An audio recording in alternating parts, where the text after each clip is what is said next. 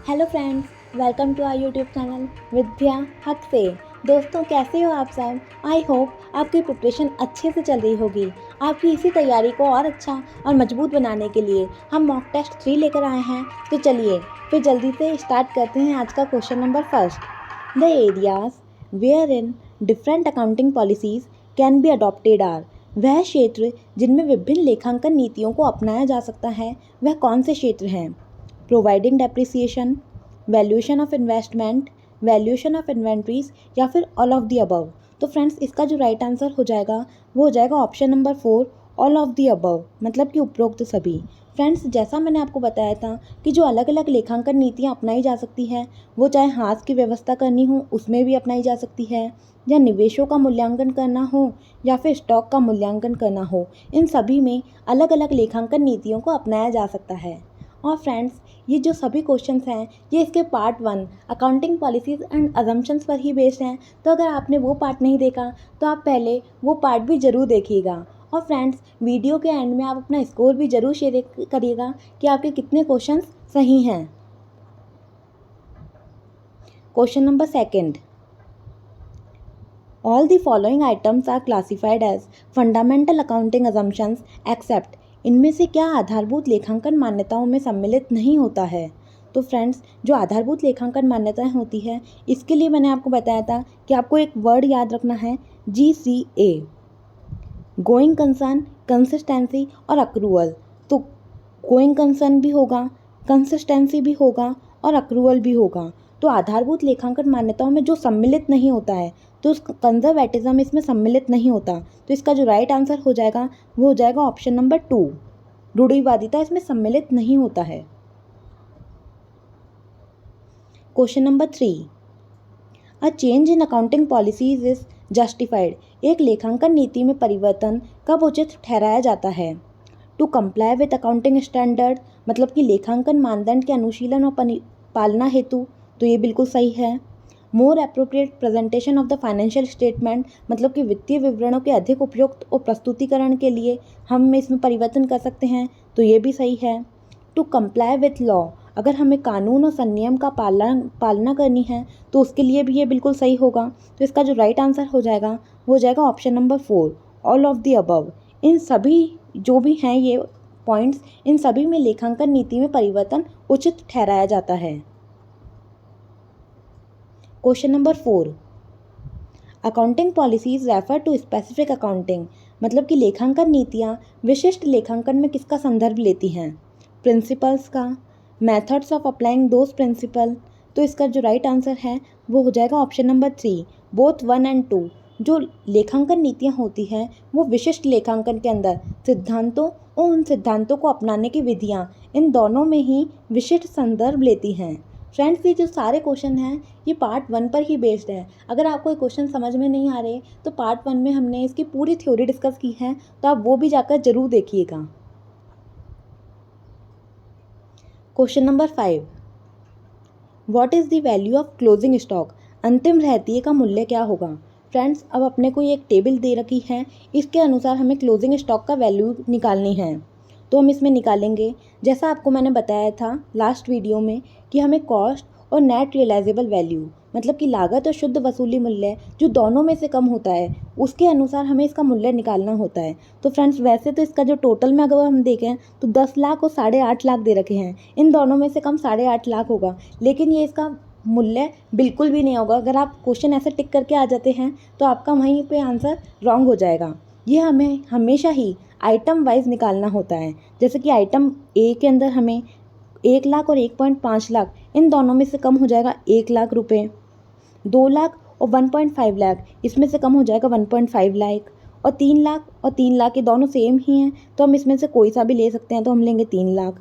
और 4 लाख और 2.5 लाख, इन दोनों में से जो कम है वो है 2.5 लाख। तो हम इसका सबका टोटल करेंगे 1 लाख, 1,50,000, 3 लाख और 2,50,000। तो इसका जो टोटल आएगा वो आएगा 8 लाख रुपए। तो इसका जो राइट आंसर हो जाएगा वो हो जाएगा option number 3, 8 lakh rupees.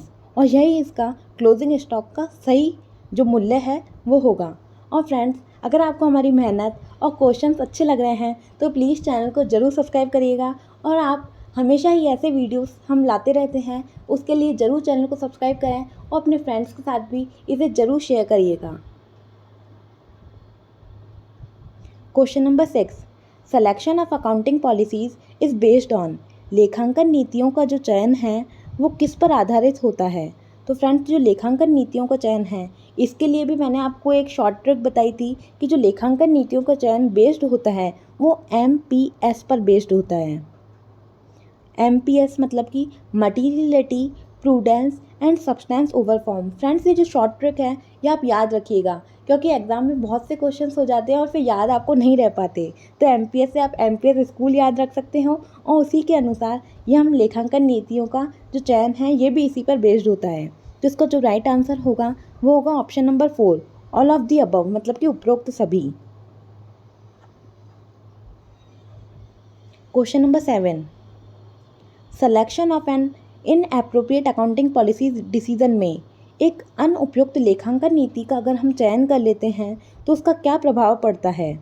Over state the performance and financial position of a business entity, मतलब कि जो परफॉर्मेंस ऑफ बिजनेस एंटिटी है तो उसका जो मूल्य है वो बढ़ जाता है, तो ये नहीं होगा। अंडर स्टेट या फिर over state the performance and financial position of a business entity.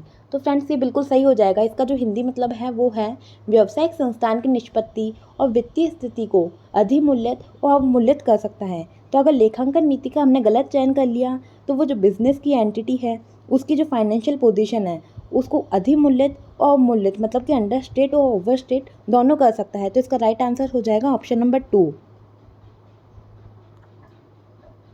Question number 8,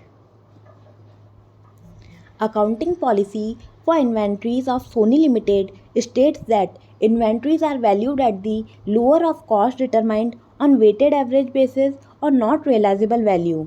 Which accounting principle is followed in adopting the above policy?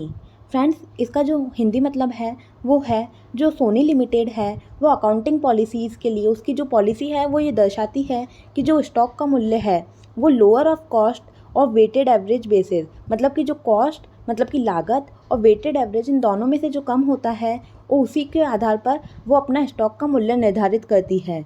तो which accounting principle is followed in adopting the above policy. तो जो Soni limited है उसने किन लेखांकन सिद्धांतों का पालन किया है? तो जो लेखांकन सिद्धांत है उसमें इसने जो उसका पालन किया है वो है प्रूडेंस, मतलब कि विवेक का पालन करते हुए उसने लागत और शुद्ध वसूली मूल्य जो दोनों में से कम होता है उसी के आधार पर अपनी अकाउंटिंग प्रिंसिपल डिटरमाइन किया है। तो राइट आंसर हो जाएगा ऑप्शन नंबर 1, प्रूडेंस। ये उसने अपने विवेक के अनुसार ही किया है, जो दोनों में से कम होता है उसी के आधार पर हमें इसका मूल्य निर्धारित करना होता है। Question number 9, accounting standard in India issued by, मतलब कि जो भारत में लेखांकन मानदंडों को किसके द्वारा जारी किया जाता है? तो जो भारत में अकाउंटिंग स्टैंडर्ड है वो institute of chartered accountants of India, मतलब कि ICAI या फिर भारतीय चार्टर्ड लेखांकन संस्थान के द्वारा जारी किया जाता है। Option number 4। क्वेश्चन है अब, fundamental accounting assumptions are given in which para of accounting standard 1, disclosure of accounting policies. तो मतलब कि जो आधारभूत लेखांकन मान्यताएं हैं वो लेखांकन मानक 1 लेखांकन नीतियों की अभिव्यक्ति के किस पैरा में दी हुई है? फ्रेंड्स, आपसे ऐसे क्वेश्चन एग्जाम में ज़रूर पूछे जाते हैं और थ्योरी बेस्ड क्वेश्चन ही आते हैं, तो आप इन सभी क्वेश्चंस को अच्छे से याद करिएगा। तो इसका फ्रेंड्स जो राइट आंसर हो जाएगा आधारभूत लेखांकन मान्यताएं, जो फंडामेंटल अकाउंटिंग पॉलिसीज़ हैं, फंडामेंटल अकाउंटिंग अजम्पशंस हैं, वो अकाउंटिंग स्टैंडर्ड 1 के पैरा 9 एंड 10 में दिए हुए हैं। Option number 1। मैंने आपको फ्रेंड्स लास्ट वीडियो में बताया था कि आप ऐसे याद रख सकते हैं, जो फंडामेंटल अकाउंटिंग अजम्पशन है वो हमें कि 9 से 10 बजे तक जी से जाना है। तो जो फंडामेंटल अकाउंटिंग अजम्पशंस हैं वो तो होगा गोइंग कंसर्न, कंसिस्टेंसी और अक्रूवल, और इनको हर ऑर्गेनाइजेशन को ही मतलब कि एवरी ऑर्गेनाइजेशन को ही फॉलो करना बहुत ज़्यादा ज़रूरी होता है। तो इसका जो राइट आंसर हो जाएगा वो हो जाएगा पैरा 9 एंड 10 के, मतलब अकाउंटिंग स्टैंडर्ड 1 के पैरा 9 एंड 10 में इसे दिया हुआ है। फ्रेंड्स, आपको हमारी मेहनत कैसी लगी और आपको ये सभी क्वेश्चंस हिंदी और इंग्लिश में कैसे लगे वो आप हमें ज़रूर कमेंट करके बताइएगा। और फ्रेंड्स, आपको ये वीडियो कैसी लगी वो भी आप ज़रूर हमें बताइएगा। और फ्रेंड्स, इसके अलावा आप हमारे सोशल मीडिया प्लेटफॉर्म जैसे कि इंस्टाग्राम, फेसबुक और टेलीग्राम चैनल से भी जुड़ सकते हैं, जिसका लिंक इसी वीडियो के डिस्क्रिप्शन बॉक्स में दिया हुआ है। और फ्रेंड्स, टेलीग्राम पर हम डेली क्विज भी करवाते हैं, तो आप हमसे वहाँ पर भी ज़रूर जुड़ सकते हैं। और फ्रेंड्स, ये वीडियो को आप ज़रूर लाइक करें, ज़रूर शेयर करें और चैनल को ऐसे ही और वीडियो पाने के लिए ज़रूर सब्सक्राइब करिएगा। विद्या आपसे is always with you. Thanks for watching.